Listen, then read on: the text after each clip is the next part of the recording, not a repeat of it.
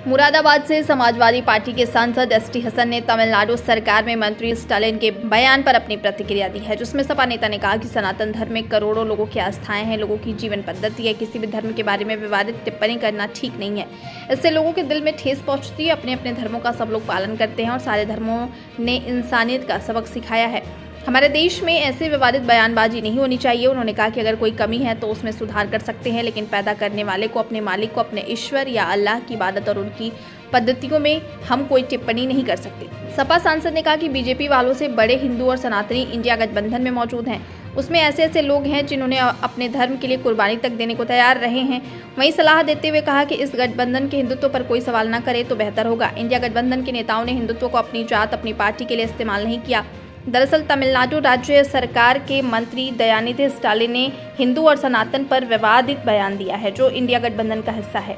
साथ ही पूरा गठबंधन सनातन विरोधी है। वहीं G20 कार्ड पर इंडिया की जगह भारत किए जाने पर भी सपा सांसद डॉक्टर एसटी हसन ने तंज कसते हुए कहा कि आपको इन सब चीज़ों पर नहीं लगता कि बहुत बचकाना हरकतें हो रही हैं?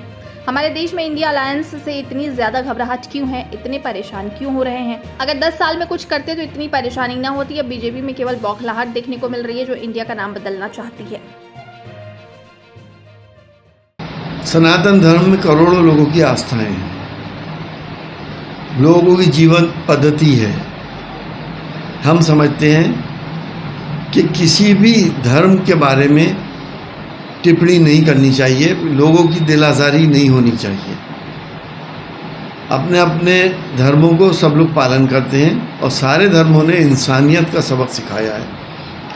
तो हम तो यही समझते हैं कि ये गलत है, ऐसा हमारे देश में नहीं होना चाहिए। कुछ सलाह देना चाहें अगर आपको? अगर वो समझते हैं उसमें कोई कमी है तो रिफॉर्म कर सकते हैं।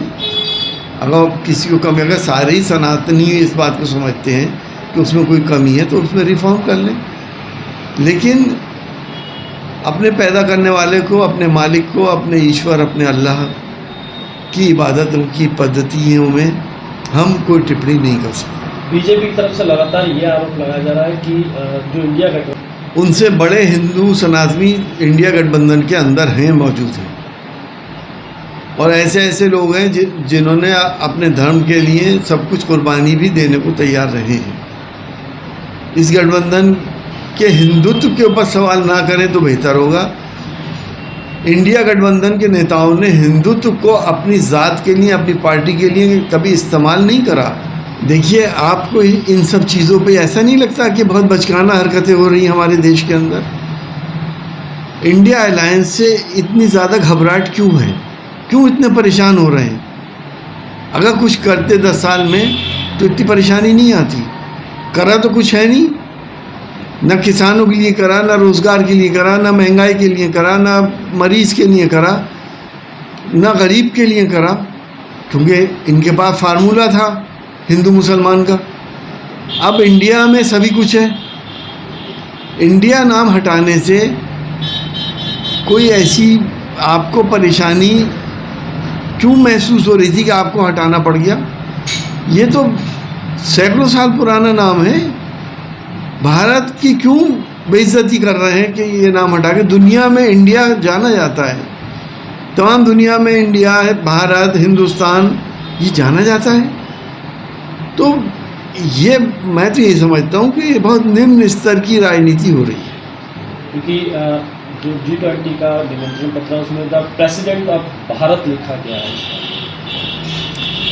अरे भाई, तो उसमें भारत का राष्ट्रपति लिख देते। प्रेसिडेंट भी तो अंग्रेजी का लफ्ज़ है भाई। इसमें भी मैं तो यही कहूँगा कि बौखलाहट है। अब रखा गया है इसकी वजह से। जाहिर है, अभी तक क्यों नहीं हुआ था? ये तो गठबंधन से ही तो घबरा के, हताश हो के ये सब काम कर रहे हैं। अभी तक क्यों नहीं किया था पहले से?